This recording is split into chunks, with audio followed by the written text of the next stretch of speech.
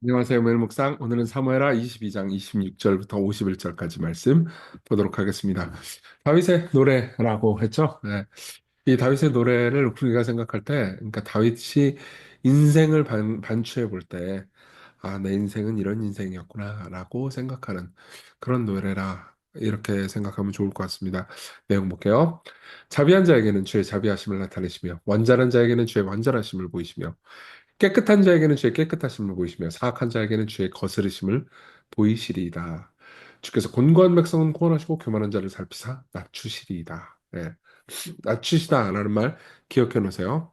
26절부터 28절은 이런 이야기입니다. 그러니까 간단하게 얘기하면 인생을 잘 살펴보니까 그때그때 보면은 너무너무 억울하고 불공평하고 불공정하다라고 생각했던 게 시간이 지나고 모든 사정들을 이해하면서 나이를 먹어보니까 그래도 장기적으로 볼 때 하나님께서 공평하시구나.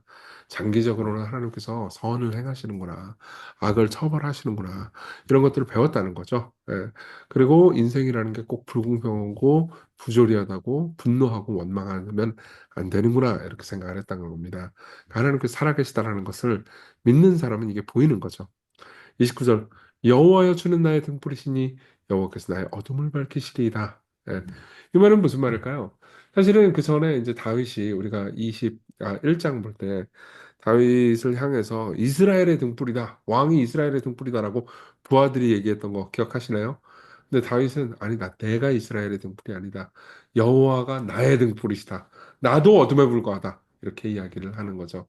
그러면서 내가 주를 의뢰하고 적진으로 달리며 내 하나님을 의지하고 성벽을 뛰어넘나이다. 그러니까 이 모든 것들이 내가 지금까지 삶을 살면서 전쟁을 하면서 여러 사람들과 싸워왔는데 그 모든 것들이 하나님께서 내게 힘 주셔가지고 됐다는 거죠.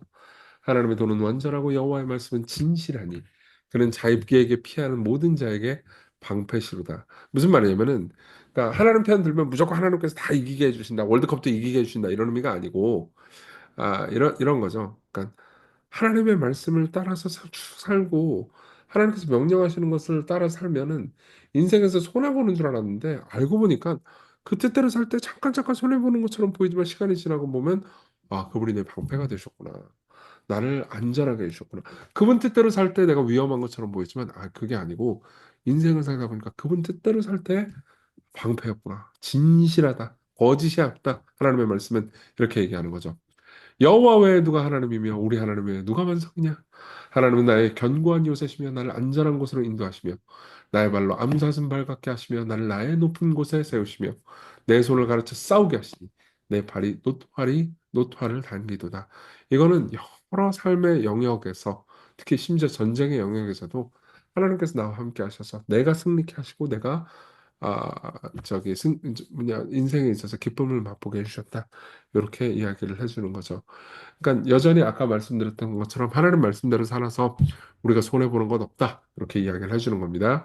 그러면서 뭐라 그러냐? 주께서도 주의 구원의 방패를 내게 주시며 주의 온유함이 나를 크게 하셨나이다.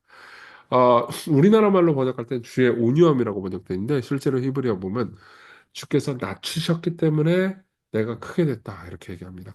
주의 낮추심이 나를 높이셨다. 그런 거죠. 예. 그러면서 내 걸음을 넓게 하셨고 내 발이 미끄러지지 아니하게 하셨나이다. 그렇죠. 생각하면 나 따위가 뭔데 한낱 죄인일 뿐인데 나한테 계속 관심 가져주시고 나를 지켜주시고 보호해주시고 나와 함께 하셨다는 것 자체가 그분의 낮아지심이죠. 예. 그러니까 다윗이 평생을 반추해 볼 때, 내가 높아질 수 있었던 건 그분이 낮아지셨기 때문이구나. 그분이 나 같은 놈한테 왜 관심을 가져주냐. 내가 진짜 어렸을 때는 하나님이 나를 사랑해 주는 게 당연한 내 권리라고 생각했는데, 내가 받을 것은 진노와 저주밖에 없지만, 하나님께서 나를 사랑해 주셨구나. 그렇게 생각하는 거죠. 그래서 38절, 37절, 내 걸음을 넓게 하셨고 내 발이 미끄러지지 아니하게 하셨나이다. 내가 내 원수를 뒤쫓아 멸하였사오며 그들을 무찌르기 전에는 돌이키지 아니하였나이다. 내가 그들을 무찔러 전멸시켰더니 그들이 내 발 아래 엎드려지고 능히 일어나지 못하였나이다. 이는 주께서 내게 전쟁하려고 능력으로 내게 띠띠우사 일어나 나를 치는 자를 내게 불복하게 하셨사오며 그러니까 내가 무찔렀다 내가 뭐 뒤쫓아 멸했다 이렇게 하는 것처럼 보이지만 그렇게 된 이유는 하나님께서 내게 능력을 주셨기 때문이다 이렇게 얘기하는 거죠. 그러면서 41절 주께서 또 내 원수들이 등을 내게로 향하게 하시고 내게 나를 미워하는 자를 끊어버리게 하셨습니다. 그들이 도움을 구해도 구원할 자가 없었고 여호와께 부르짖어도 대답하지 아니하셨나이다. 그렇죠? 그러니까 하나님을 섬기는 자는 영원히 안전하고 하나님을 섬기지 않으면 아무리 구해도 대답도 없고 구원할 자가 없다. 이렇게 얘기하는 거죠. 내가 그들을 땅에 티끌같이 부스러뜨리고 거리에 진흙같이 밟아 헤쳤나이다. 주께서 또 나를 내 백성의 다툼에서 건지시고 나를 보존하사 모든 민족의 으뜸으로 삼으셨으니 내가 알지 못하는 백성이 나를 섬기리이다. 이방인들이 내게 불복하며 그들이 내 소문을 귀로 듣고 또 곧 내게 순복하리로다. 이방인들이 쇠약하여 그들의 견고한 곳에서 떨며 나오리로다. 예. 그러니까 결국 여호와를 따르는 사람들은 이방을 모든 것들을 정복하게 되는데 왜냐하면 여호와는 이스라엘 민족의 부족신이 아니고 온 세상에 창조주고 움직이시는 하나님이시기 때문이에요. 예. 그러니까 지금도 마찬가지죠. 여호와 하나님을 따르는 사람은 결국은 온 세상을 다스 하나님은 이스라엘의 부족신이 아니잖아요. 뭐 대한민국 일부의 부족신이 아니잖아요. 온 세상의 하나님이란 말이에요. 그러니까 결국은 온 세상이 무릎 꿇는 것을 보게 될 거고, 이것이 지금 세계 선교로 드러나고 있는 거죠. 예. 여호와의 사심을 두고 나의 반석을 찬송하며 내 구원의 하나님 반석이신 하나님을 높일지로다. 이 하나님이 나를 위하여 보복하시고 민족들이 내게 복종하게 하시며 나를 원수들에게서 이끌어내시며 나를 대적하는 자 위에 나를 높이시고 아까 낮추시고라는 표현이 있었죠. 예, 교만한 자를 낮추신다. 근데 뭐예요? 나를 높이시고 나를 강포한 자에게서 건지시는도다. 내가 겸손해서 아니에요. 그분이 겸손해서 36절에 보면 뭐예요?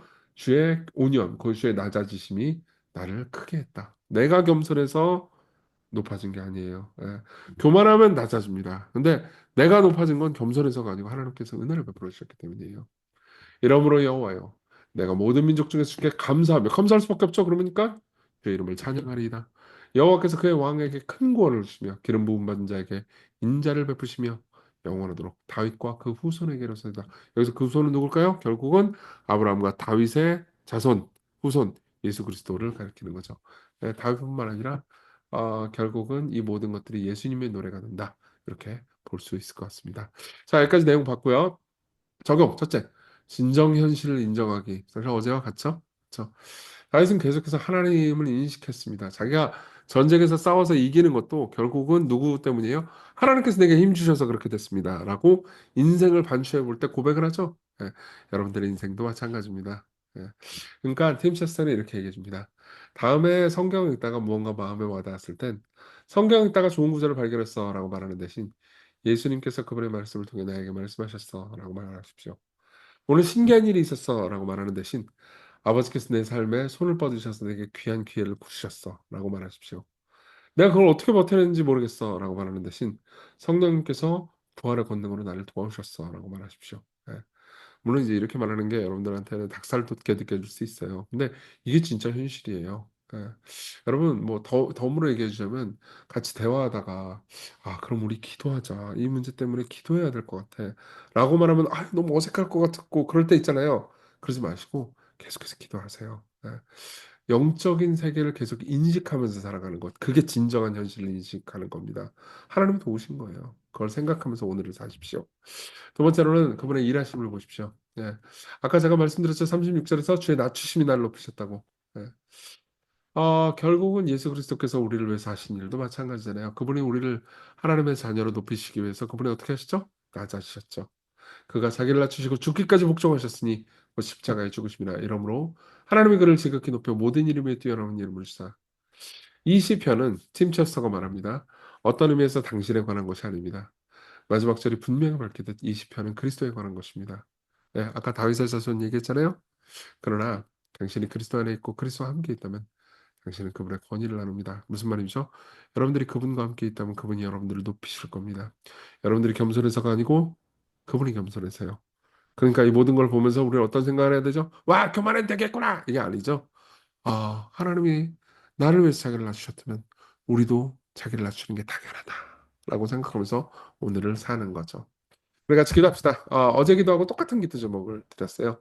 이 세상의 현실을 직시하고 영적인 세계를 직시하고 낙심치 않고 소망을 품는 낙관적 현실주의자가 되게 해달라고. 예. 그 진정한 현실을 보면서 살면서 하나님이 지금도 우리 가운데 일하고 계심을 생각하면서 오늘을 살게 해달라고 우리 같이 기도하겠습니다.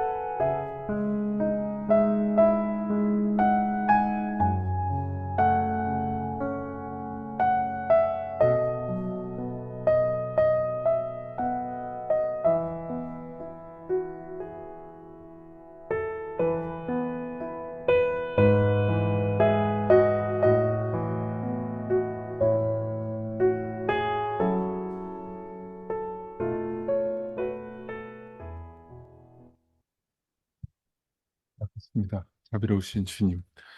우리가 이 세상의 현실 앞에 눈에 보이는 것만 보는 것이 아니고 하나님의 도우심을 생각하며 오늘을 살게 해주세요. 예수님 이름으로 기도했습니다. 아멘. 네, 하나님의 은혜 안에서 오늘 기쁜 하루 되세요.